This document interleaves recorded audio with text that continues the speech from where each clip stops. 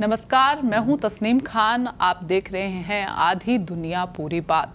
आज फिर हम हाजिर हुए हैं एक खास मुद्दे को लेकर, एक खास अभियान को लेकर जो इस राजस्थान में चलाया जा रहा है। और इस पर बात करने के लिए हमारे साथ खास मेहमान स्टूडियो में मौजूद हैं एडीजी इंटेलिजेंस एस सेंगाथिर जी। आपका स्वागत है सर।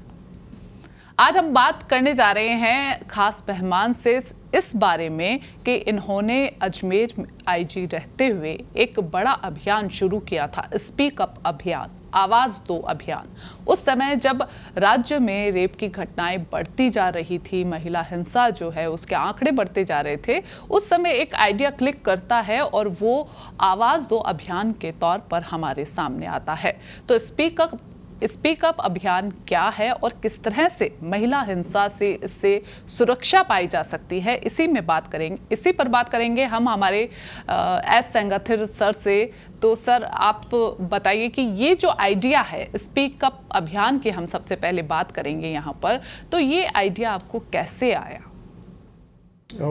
आप सब जानते हैं कि एक थानागाजी गैंगरेप केस अलवर ज़िले में घटित हुआ था। ये बात है 2019 की। और वो केस इतना गंभीर किस्म का केस था। उस केस ने जो मेरे को जो मैं तब आईजी जयपुर रेंज पद पे तैनात था और साथ पुलिस डिपार्टमेंट को और राजस्थान समाज को एक तरह से झकझोरा, बहुत एक्सट्रीम किस्म की क्रूएल्टी साथ गैंगरेप केस किया गया था। और उस केस में हम लोगों ने काफ़ी मेहनत करके मुलजिम को गिरफ्तार करके चालान पेश कराया और केस ऑफिसर में उस केस को लेके सभी मुलजिम के खिलाफ मैक्सिमम सज़ा, अधिक से अधिक सज़ा दिलाने में हम कामयाब रहे। लेकिन उसके बाद ऐसा केस अलग अलग जगह पे जो होने लगा था, महिला अत्याचार वाली बात पे हम लोग बार बार सोचते थे इस पे हम लोग सामान्य किस्म की पोलिसिंग जो कार्य पुलिस की कार्रवाई, उसके अलावा क्या कर सकते हैं, ऐसा सोचते। जो मुझे लगा कि ये खाली जो पुलिसिंग तरीके से जो आप रिस्पॉन्ड कर रहे हैं, जो जवाब दे रहे हैं, इससे काम नहीं चल सकता। इसके पीछे जो महिला अत्याचार घटित होता या रेप की घटनाएं जो घट रही है, उसके पीछे जो लोगों में सोच है, जो महिलाओं को या लड़कियों को कमज़ोर मानने वाली, जेंडर समता पर विश्वास नहीं करके जेंडर असमानता के आधार पर लोग महिलाओं को, बच्चों को या उनकी जो कमज़ोर सरकमस्टांस में, परिस्थिति में देख के उनको एक्सप्लॉइट करने की जो कोशिश होती है, उसकी सोच होती है, उस चीज़ को अटैक करने के हिसाब से हमने अलग अलग तरीके से एक मल्टी प्रांग स्ट्रेटजी कहते हैं, अलग अलग तरीके से अलग अलग एक्शन लेने के लिए प्लान किया था। उसके तहत ही फिर हम लोगों ने ये स्पीकअप अभियान की रूपरेखा तैयार करके हमने अजमेर रेंज में 2021 में व्यापक स्तर पे चलाया। हम सोचते हैं कि ऐसा कोई अभियान शुरू होना चाहिए, तो आपकी प्राइमरी हम देखते हैं प्राइमरी थॉट क्या था कि क्या होना चाहिए, क्योंकि आप सीधे ऐप तक तो नहीं पहुंचे होंगे, एक पूरी इस पे वर्क किया होगा, होमवर्क किया होगा, तो क्या था आपका इसमें? जैसा आप जानते हैं, जो क्राइम रिलेटेड रिपोर्टिंग के मामले में या पुलिस से जुड़े हुए किसी मामले में अलग अलग किस्म की बातें चलती है।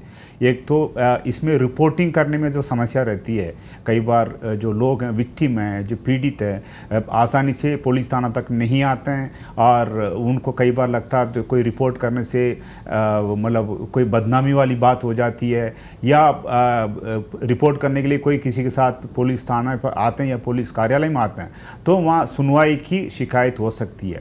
इन तमाम बातों को दूर करने के लिए, इस बात से जो सुधार करने के लिए हमने एक स्पीकअप ऐप तैयार किया था। उस ऐप के तहत, जिस ऐप को कोई भी महिला, बच्चे अपने मोबाइल पे, एंड्रॉयड सपोर्टेड मोबाइल पे डाउनलोड करने पे उस मोबाइल के इस्तेमाल करके SMS के जरिए या टेलीफोन करके फ्री कॉल करके संबंधित कंट्रोल रूम को फ़ोन करके शिकायत कर सकते हैं। ऐसा शिकायत करने पे जो भी पीड़ित फ़ोन करते हैं उनका लोकेशन अपने आप ऑटोमेटिकली जनरेट होकर संबंधित कंट्रोल रूम के पास पहुंच जाता।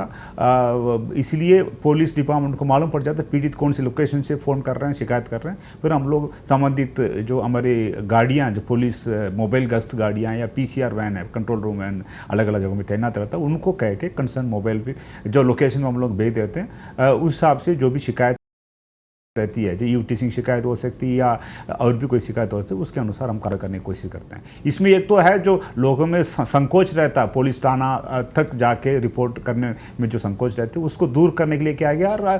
और दूसरी बात ये, वो जो भी आते हैं पीड़ित हैं, पीड़िता है, वो अपने जगह से, कार्यस्थल से, घर से, स्कूल से शिकायत कर सकते हैं, ताकि रिपोर्टिंग व्यवस्था सुगम हो सकता है। यानी थानों को नहीं ढूंढना है, कुल मिला के थाना नहीं ढूंढना है। अगर किसी तरह की हिंसा होती है सड़क पे चलते हुए, घर के आसपास या कहीं पर भी, थाना नहीं ढूंढना है। अगर वो मोबाइल ऐप हमने डाउनलोड कर रखी है और उस पर शिकायत दर्ज करते हैं तो वहां तक पुलिस पहुंच सकती है। हाँ, थाना जाने की जरूरत नहीं पड़ेगी। इस ऐप को यूज करके आप कंसर्न कंट्रोल रूम से, या ये अलग से दूसरे जो एसपी ऑफिस में तैनात एक रूम, कंट्रोल रूम एक और होता है, उन कंट्रोल रूम से सीधा संपर्क करके आप कॉल करके बात कर सकते हैं, और या एसएमएस भेज के भी आप कर सकते हैं, जो आप दोनों सुविधा है।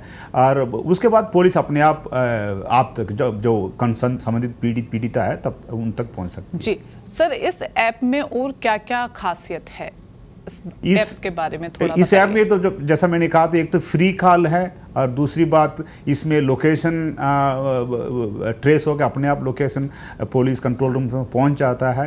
इसलिए जो पीड़िता एक लोकेशन से फ़ोन करती है, वो कहाँ से कर रही है, कौन सी थाना क्षेत्र से कर रही है, इस चीज़ की मतलब जानने की जरूरत नहीं पड़ती, अपने आप हम लोग मालूम पड़ जाता फला थाना क्षेत्र से पीड़िता फ़ोन कर रही है। और दूसरी जो रिपोर्टिंग के पीछे जो कठिनाई के बारे में जो बता रहा था, वो कठिनाई दूर हो जाती, बहुत आराम से कोई भी आदमी कहीं से भी किसी भी टाइम में फ़ोन कर सकते। बिल्कुल सर, आपने अजमेर आईजी रहते हुए इसकी शुरुआत की थी, तो हम कम्युनिकेशन की बात करें तो पुलिस और आम लोगों में बहुत कम कम्युनिकेशन होता है, उनकी बातें बहुत कम जनता तक, और जनता की बात बहुत कम हम देखते हैं पुलिस तक पहुंच पाती है। तो इस कम्युनिकेशन गैप को कम करने के लिए, यानी ऐप की जानकारी घर घर तक पहुंचाने के लिए क्या कुछ किया? जैसे हम लोगों ने 2021 पे इस अभियान को चालू किया था। अभियान के तहत जो स्पीकअप ऐप को डेवलप करके हमने लार्ज स्केल लेवल पे लोगों तक पहुंचाने के लिए स्कूल्स, कॉलेजेस और जो फैक्ट्री जैसी जगह जहाँ महिलाएं काम करती हैं, वहाँ पे हमने अलग से मीटिंग लेके लोगों को समझाया। उसके अलावा एक रथ तैयार करके हमने रथ को अजमेर रेंज के चारों जिला, जो अजमेर, भीलवाड़ा, टांग और नागौर जिले हैं, उनमें अलग अलग रूट पे हमने रथ को भेजा। रथ के साथ साथ जो कलाकार जाते हैं, कलाकार स्थानीय अलग अलग किस्म के जो कल्चरल तरीका है उसको इस्तेमाल कर लोग कठपुतली जैसे जो अलग अलग फार्म है उसको इस्तेमाल करके लोगों तक ऐप के बारे में भी, ऐप को यूज़ करने के तरीके के बारे में बताते हैं। उसके साथ साथ हम लोग जो महिला अत्याचार की जो बात हैं उसके बारे में अवेयरनेस फैलाने के लिए, उसके संबंध में जो कानूनी प्रावधान है उसके बारे में भी हम लोग अवेयरनेस फैलाने की कोशिश करते हैं। सर, इसका क्या फ़ायदा देखा आपने वहाँ पर, क्या इसका असर देखा, कोई असर देखा गया इस ऐप को लेकर?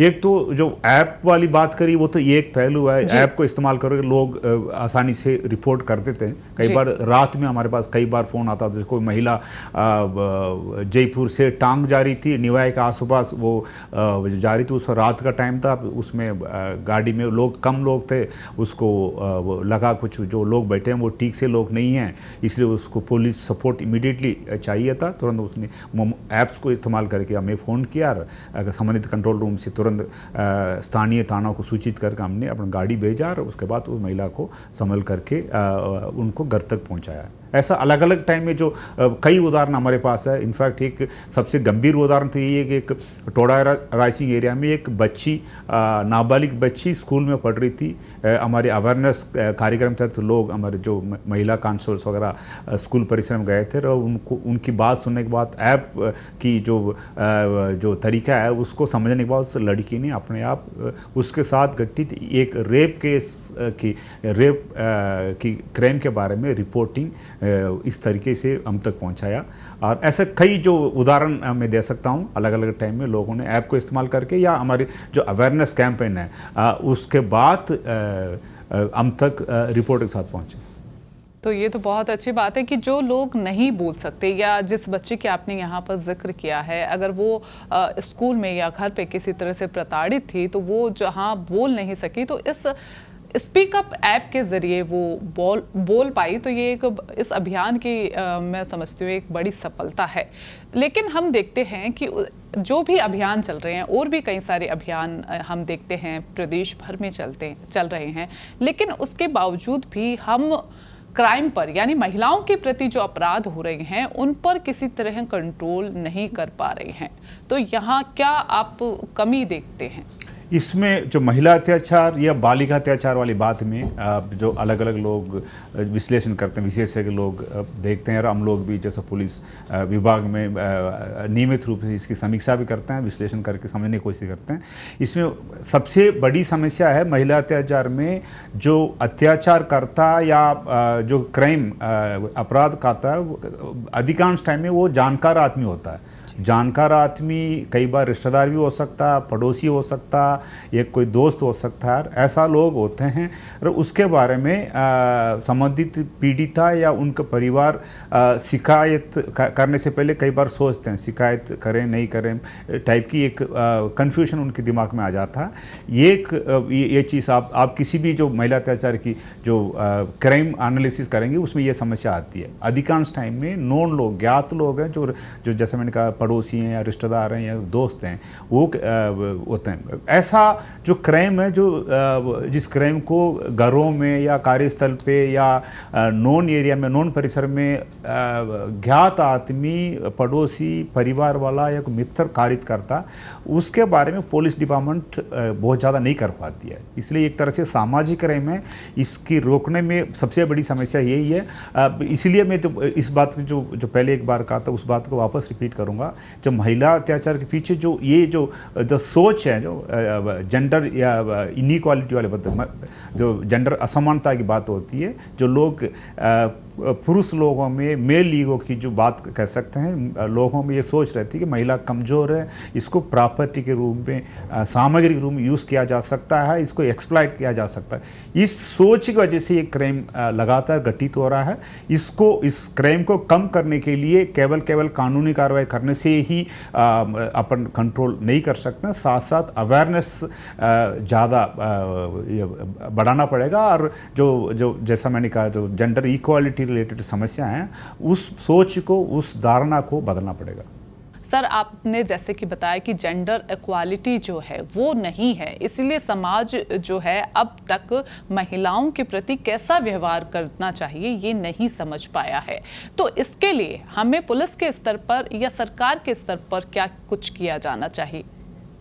जिस अभियान, जो स्पीकअप अभियान, आवाज़ दो अभियान के तहत हम लोगों ने अलग अलग तरीके से इस बात को, इस मुद्दे को एड्रेस करने की कोशिश करी थी। हम लोग हर एक उस एरिया में मेजॉरिटी जो स्कूल कॉलेजेस जहाँ लड़कियां पढ़ रही है, वहाँ पे जाके लड़कियों को जो अवेयरनेस के बारे में जो हमने बताया, कानूनी प्रावधान के बारे में बताया। इसमें कोई भी शिकायत, ईओटीसी से लेके कोई भी शिकायत जो महिला अत्याचार के रूप में जो घटित हो सकता है, उसके बारे में उस चीज़ को रिपोर्ट करने से बचने वाले तरीके को समाप्त करना होगा। और हर क्राइम को, हर बात को रिपोर्ट करने के लिए हमने लोगों को प्रेरित किया है। और साथ साथ इसमें जैसा जो बहुत सारे क्राइम घटित होता है, उसमें त्वरित सज़ा मिलने से, त्वरित जो सज़ा, जो इम्प्रिजनमेंट मिलने से अच्छा मैसेज आता, उसको समझते हुए हम लोगों ने अजमेर रेंज में जो केसेस, अलग अलग केस हैं, रेप केस हैं, रेप का मर्डर टाइप केस हैं, गंभीर किस्म के केस हैं, इवन ईओटीसी टाइप अलग अलग केस को हमने चिन्हित करके केस ऑफिसर स्कीम के तहत मुकदमों को चिन्हित करके केस ऑफिसर स्कीम के तहत चयन किया। और साथ साथ इनको दैनिक रूप से ट्रायल करवा कर हम लोगों ने अधिकांश केस में सजा कराने की कोशिश करी है। इसके तहत एटलीस्ट तीन एक जो बेहतर उदाहरण के बारे में बता सकता हूँ, उसमें जो गंभीर केस था उसमें 3 मुलजिम को फांसी की सज़ा हुई है। उसके अलावा कई लोगों के खिलाफ आजीवन कारावास की सज़ा हुई है और 12 साल, 14 साल, 10 साल से ज़्यादा सज़ा कई लोगों के खिलाफ दर्ज हुई। इसमें जो कहने का मतलब ये अवेयरनेस वाली बात एक साइड है, रिपोर्टिंग को सुगम बनाने की बात एक पहलू है, तीसरा जो लोग क्राइम कर रहे हैं उनके खिलाफ त्वरित सज़ा दिलाने से भी सख्त मैसेज जा सकता। मैं समझता हूँ इन चीज़ों को जैसा जो करना व्यापक स्तर पे मल्टीप्रांग तरीके से इस मुद्दे को एड्रेस करना चाहिए। ऐसा एड्रेस करने की हमने कोशिश करी, ऐसा पूरा स्टेट में किया जा सकता, करने से एक परिवर्तन आने की काफ़ी संभावना है। जी बिल्कुल सर, आपने ये जेंडर सेंसिटिविटी की यहाँ पर बात कही है। जेंडर सेंसिटिविटी पर यहाँ पर काम किया गया है। पुलिस में हम देखें तो अब महिलाएं भी यहाँ पर बड़ी संख्या में है, तो हम यहाँ पर देख सकते हैं कि महिलाओं के प्रति जो अपराध हो रहे हैं उन पर वो महिला जो पुलिसकर्मी हैं वो भी यहाँ पर काम कर रही हैं। लेकिन पुरुषों की हम यहाँ पर बात करें तो आपको लगता है कि बहुत कम ऐसे हैं जो जेंडर सेंसिटिविटी पर काम करते हैं, ऐसा क्यों? अब ऐसा नहीं कह सकते हैं, जो लोगों की मन में जो सोच रहती है, अलग अलग किस्म की सोच रहती है। और दूसरी बात, हर आदमी इस चीज़ को खुल के नहीं कर पाता। करने की लिए आपके पास एक स्टेटस होना चाहिए, उस पोजीशन में सरकारी जो पोजीशन, ऑफिशियल पोजीशन पे सही पद पे आप होना चाहिए। और हर आदमी को इतना मौका नहीं मिलता, इसे जिसको मौका मिलता, और उनमें भी जो मौका जो मिलने वालों में से बहुत कम लोग ऐसा कर पाते हैं। इसमें मेरे हिसाब से जो सोच है, किसी में भी, पुरुष महिला किसी में हो सकता, जिसको मौका मिलता और या जो इरादा रखता है वो आदमी कर सकता है। महिला पुलिस का कितना साथ मिला इस अभियान में? जो मेरे लिए बहुत मतलब संतोष व्यक्त करने वाली जो कुछ एक पहलू में ये एक पहलू है। अमूमन हमारे डिपार्टमेंट में, पुलिस विभाग में एक शिकायत रहती है कि जो महिला कर्मी काफ़ी संख्या में विभाग में भर्ती हो रहे हैं, लेकिन उसको डिपार्टमेंट कई जगह बहुत प्रॉपर ढंग से उनको इस्तेमाल नहीं कर पा रहा। उनको ऑफिस पोस्टिंग में रखते हैं या दिन की ड्यूटी में रखते हैं या बहुत लाइट जो ड्यूटी कहते हैं, अब ऐसे ड्यूटी में ही जो तैनात रखते हैं। लेकिन मुझे लगा कि जो अभियान है, जो महिला हत्या से जुड़ा अभियान है, इसे संघर्ष करने की जो एक बड़ी जिम्मेदारी हमने उठाया था, उससे लगा कि महिला कर्मियों को प्रॉपर ढंग से प्रशिक्षित करके, मोटिवेट करके उनको बेहतर ढंग से इस्तेमाल किया जा सकता। ऐसा सोच कर हमने अजमेर राज्य के चारों जिले में एक वर्कशॉप ऑर्गेनाइज किया था। उसके तहत हम लोगों ने महिला पुलिस कर्मियों को चारों जिलों से बुला के उनको जो इस अभियान के पीछे जो भी रूपरेखा था, जो एजेंडा है, ये तौर तरीका है, उसके बारे में समझाया और उनकी इनपुट्स, उनकी तरफ से भी जो इनपुट्स हो सकता था उनसे लिया, और उसमें इच्छा शक्ति रखने वाले लोगों को हमने आइडेंटिफाई करके, चिन्हित करके, जो रुचि रखने वाले, इच्छा शक्ति रखने वाले लोगों को ही सेलेक्ट करके उनको एक तरह से पूरे रेंज में मास्टर ट्रेनर के रूप में यूज़ करके अवेयरनेस कैंपेन चलाया।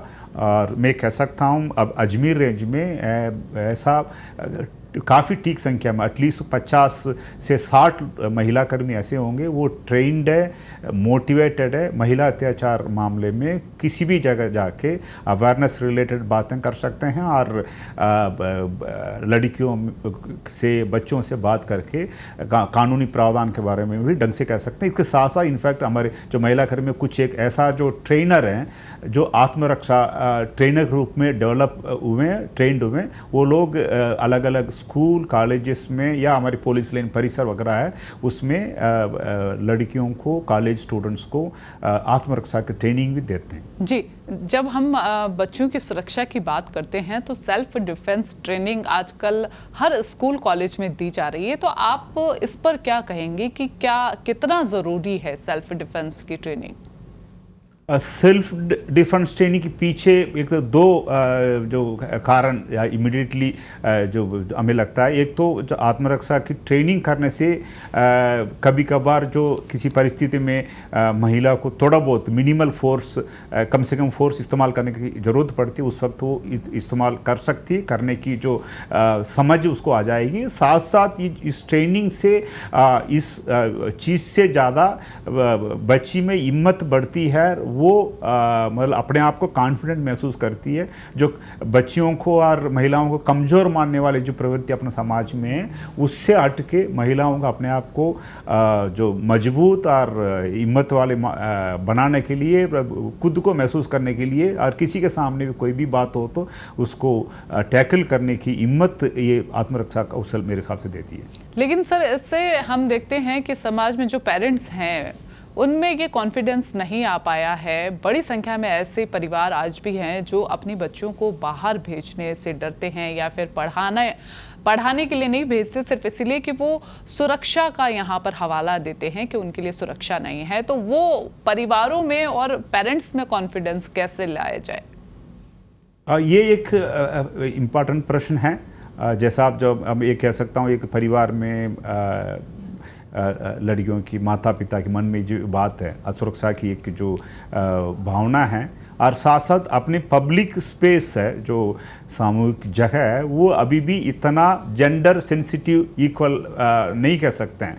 वहाँ पे जैसा आप bus stand, school, bus stand, railway station जैसे जगह या रोड्स है, मार्केट, इस एरिया में अभी भी शाम के टाइम में और रात के टाइम में महिलाएं आराम से जाने की हिम्मत नहीं रख पाती है। ये एक तरह से एक समाज के लिए भी ये ठीक बात नहीं है, या डिपार्टमेंट के लिए ठीक बात नहीं है। इस चीज़ को जो इसके लिए तो मैं कहूँगा, जब पब्लिक स्पेस को एक बार सामान्य बनाना होगा, जैसा महात्मा गांधी जी की जो फेमस कोट है उसके अनुसार, रात के टाइम में भी, मध्य रात्रि में कोई महिला अकेली अपने काम के लिए आराम से जाके आ सकती है, ऐसा माहौल बनाना होगा। उसके लिए केवल पुलिस ही नहीं है, बाकी समाज भी पुलिस के साथ जुड़ के एक साथ काम करेंगे तो पब्लिक स्पेस को ऐसा कर सकते हैं। वो मैं समझता हूँ ऐसा सभी लोग मिलकर करेंगे तो जो ये मैसेज अपने आप समाज में जाएगा, और जो माता पिता के मन में जो असुरक्षा की बात, भावना है, मनसा है, वो अपने आप दूर हो सकती है। पर इसमें थोड़ा टाइम लग सकता है। यहाँ पर मेरा एक बड़ा सवाल ये रहता है कि हम सेल्फ डिफेंस की ट्रेनिंग जो है वो बच्चियों को देते हैं, लेकिन हम लड़कों की व्यवहार की ट्रेनिंग देने में हम भूल जाते हैं कि हर स्कूल कॉलेज में क्या उनको लड़कियों के प्रति किस तरह से व्यवहार करें, वो उसकी कोई ट्रेनिंग होनी चाहिए सरकार की तरफ से। ये बहुत इंटरेस्टिंग प्रश्न आपने पूछा। इसके बारे में हमारे अभियान के टाइम में ये बात, कुछ टाइम बाद अभियान चालू होने के बाद ये बात सामने आया था। अपन लोग हर चीज़ पीड़िता के हिसाब से सोच के कर रहे हैं, पीड़िता को अवेयरनेस देने की कोशिश कर रहे हैं, या पोटेंशियल जो संभावित पीड़िता है उसके लिए ही सब कुछ जो चल रहा है। लेकिन इसमें जो संभावित अक्यूज्ड, अभियुक्त हैं, जो आदमी अभियुक्त बन सकता है, ये क्राइम कारित करने की जो पोटेंशियल रखता है, ऐसा आदमी को टारगेट करके उनके मन में जो सोच, जो मकसद की, जो मनसा की जो बात करी, धारणा की बात करी, उसको बदलने के लिए, परिवर्तित करने के लिए भी हमने अभियान के टाइम में ऐसा सोच के लड़कों में और कॉलेज स्टूडेंट्स में और जो लोगों में मैसेज पहुंचाने के लिए, जैसे जेंडर या इक्वालिटी की बात करी, जेंडर समानता की बात करी, और महिला अत्याचार की समस्या के बारे में, उस ऐसा करने से क्या नुकसान हो सकता है, कानूनी प्रावधान क्या क्या, कौन कौन सी चीज़ क्राइम, कई बार कई लोगों को क्राइम कौन सा नहीं है इसकी कन्फ्यूजन रहता है। उस बात को फैलाने के लिए हम लोगों ने लड़कों तक की और कॉलेज स्टूडेंट्स तक जो लोग हैं, पुरुष वर्ग हैं, उन तक भी पहुँचे, उनको भी इस चीज़ के बारे में अवेयर कराने के लिए उनको भी कानूनी प्रावधान के बारे में बताने की कोशिश करी है। चूँकि हम देखते हैं कि महिलाओं के प्रति जो भी अपराध होते हैं, उनके जो अपराधी होते हैं, उनके लिए बहुत कड़े कानून हैं। वो एक बार अगर जेल चले गए तो वो बाहर भी नहीं आ सकते, और इसके अलावा जितना बड़ा क्राइम उतना बड़ा पनिशमेंट यहाँ पर रहता है। लेकिन उसके बावजूद भी हम देखते हैं कि लोगों को इन पनिशमेंट के बारे में पता ही नहीं होता। तो क्या अवेयरनेस प्रोग्राम, जब हम ऐप के लिए या दूसरी चीज़ों के लिए अभियान चलाते हैं, तो क्या ऐसा कोई अभियान भी चलाया जाना चाहिए हर स्तर पर, हर ग्राम पंचायत, स्कूल, हर स्तर पर, कि लोग ये जाने कि वो अगर सिर्फ देखते हैं छिड़काने के नज़रिए से भी, तो वो भी एक क्राइम है। ये बात बहुत महत्वपूर्ण बात है। और इस बात जो कह रहे हैं, जो आदमी साइलेंट स्पेक्टेटर बनते हैं, जो आदमी मूक दर्शक बनते हैं किसी क्राइम को देख के, ऐसा चीज़ नहीं होना चाहिए। और कोई आदमी किसी क्राइम को देखता है, विशेष रूप से महिला अत्याचार बात है, बालिका अत्याचार की बात कर रही है, टीजिंग से लेके अलग अलग किस्म की जो क्राइम है, उसको देख के तुरंत वहाँ पे इंटरवीन होने के लिए कोशिश कर रहे हैं और साथ साथ तुरंत रिपोर्टिंग करके पुलिस तक बात सूचना पहुंचाने की कोशिश करें और इसमें पुलिस को मदद करने की कोशिश कर सकते हैं या गवाह के रूप में, विटनेस के रूप में भी मदद कर सकते हैं। ऐसा चीज़ सभी लोग करेंगे तो इस चीज़ में सुधार बेहतर हो सकता है। इसकी अवेयरनेस भी चाहिए और लोगों को साइलेंट स्पेक्टेटर नहीं बन के एक्टिव पार्टिसिपेंट जो सक्रिय भूमिका निभाने के लिए हर एक आदमी को तैयार करना हो, उसके लिए भी अभियान चलाना जरूरी है। सर, अब राजस्थान के कई जिलों में आपने देखा है, हालत देखी है, चाहे हम अपराध की बात करें या फिर शांति की बात करें, हर तरह से हम महिलाओं की यहाँ पर महिला सुरक्षा को लेकर हम बात करें, तो आप क्या समझे कि यहाँ के सामाजिक स्तर पर हमें किस तरह के बदलाव की ज़रूरत है? ये एक संदेश लोगों के लिए कि समाज के स्तर पे वो अपनी क्या भूमिका यहाँ पर निभा सकते हैं। मिनिमली दो बात कह सकता हूँ। एक तो लोग जेंडर समानता पे मतलब विश्वास रखें, महिला पुरुष दोनों एक है, बराबर हैं और दोनों हर एक काम को बराबर लेवल पे कर सकते हैं, महिला कमज़ोर नहीं है। और दूसरी बात, कोई महिला अत्याचार और या कोई बालिका अत्याचार या कोई क्राइम घटित होता है, उसकी रिपोर्टिंग त्वरित होना चाहिए, साथ साथ उसमें सज़ा दिलाने के लिए हर एक आदमी सहयोग करके कोशिश मदद करना चाहिए। तो अपने आप लोगों की सोच में बदलाव आएगा और जो क्राइम को कम करने में, कंट्रोल करने में मदद मिल सकती है। बेहद शुक्रिया सर इस तमाम जानकारी के लिए। ऐसे मैं यहाँ आपके सामने ये कहना चाहूँगी कि ऐसे बहुत कम नौकरशाह होते हैं जो जेंडर सेंसिटिविटी के लिए काम करते हैं या समाज के लिए इस तरह की सोच रखते हैं। बेहद शुक्रिया आपका हमारे इस स्टूडियो में आने के लिए और तमाम जानकारी देने के लिए। तो हम महिलाओं की सुरक्षा पर हम बात कर रहे हैं, बच्चों की सुरक्षा को लेकर हम बात करते हैं, लेकिन हम समानता की बात भूल जाते हैं। जिस दिन हम समानता पर काम करने लगेंगे, समाज और पुलिस साथ मिलकर काम करने लगेंगे, क्योंकि सरकार और पुलिस पूरी समाज के रूट को पूरी तरह से नहीं बदल सकता। तो इसलिए बेहद ज़रूरी है कि हम सामाजिक लेवल पर भी अपने सोच के स्तर पर को बदले। और सबसे बड़ी बात ये कि बोलना ज़रूरी है। किसी भी तरह की हिंसा हो, उसके विरोध में यहाँ पर बोलना ज़रूरी है। क्योंकि हम हिंसा की बात करें, हम भारत की बात करें, तो नेशनल फैमिली हेल्थ सर्वे ये कहता है कि सिर्फ 1% महिलाएं ऐसी है जो रिपोर्टिंग करती हैं अपने प्रति होने वाली हिंसा की, सिर्फ 1% महिलाएं। तो ये प्रतिशत बढ़े, हिंसा कम हो और जो हिंसा कर रहे हैं वो सलाखों के पीछे जाए। इसके लिए स्पीक अप, आप आवाज़ दो, आप बोलिए और हर हिंसा के खिलाफ बोलिए। इसी संदेश के साथ मुझे दीजिए इजाज़त। नमस्कार।